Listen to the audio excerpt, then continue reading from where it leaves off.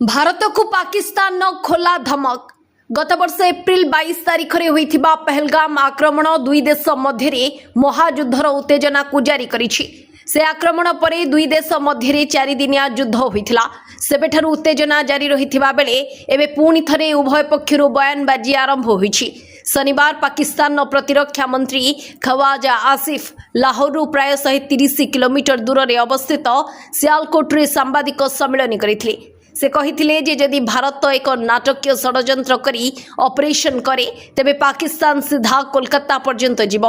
ख्वाजा आसिफ दाबी करथिले जे भारत एपरी षड्यंत्र करुछि एवं तांको पाखरे रिपोर्ट रहिछि। गुरुवार दिन आसिफ यह कहिथिले जे यदि भारत आक्रमण करे तेबे पाकिस्तान जवाब त्वरित एवं निर्णायक हेबो। भारतर प्रतिरक्षा मंत्री राजनाथ सिंह पूर्व कहिथिले जे यदि पड़ोसी देश कौनसी भूल पदक्षेप निए तेबे भारतर प्रतिक्रिया अभूतपूर्व एवं निर्णायक हेबो। एपरी प्रतिक्रिया जहाँ पूर्व केबे देखिबाकु मिलिनी। उभय देश खोलाखोली भावे परस्पर को चेतावनी देउछंती। भारत कहूछि जे जेकोसी भूल परिणाम कठोर हेबो। आ पाकिस्तान मध्य कोलकाता पर्यंत आसिबाकु बयान देउछि।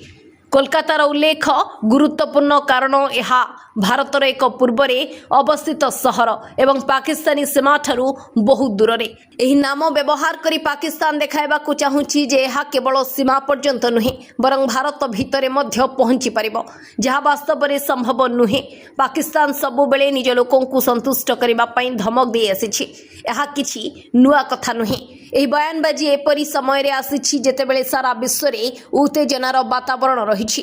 दुईटी देश मध्य एपरी बयानबाजी समग्र विश्व को चिंतित करुछि। ब्यूरो रिपोर्ट स्वर्ण न्यूज।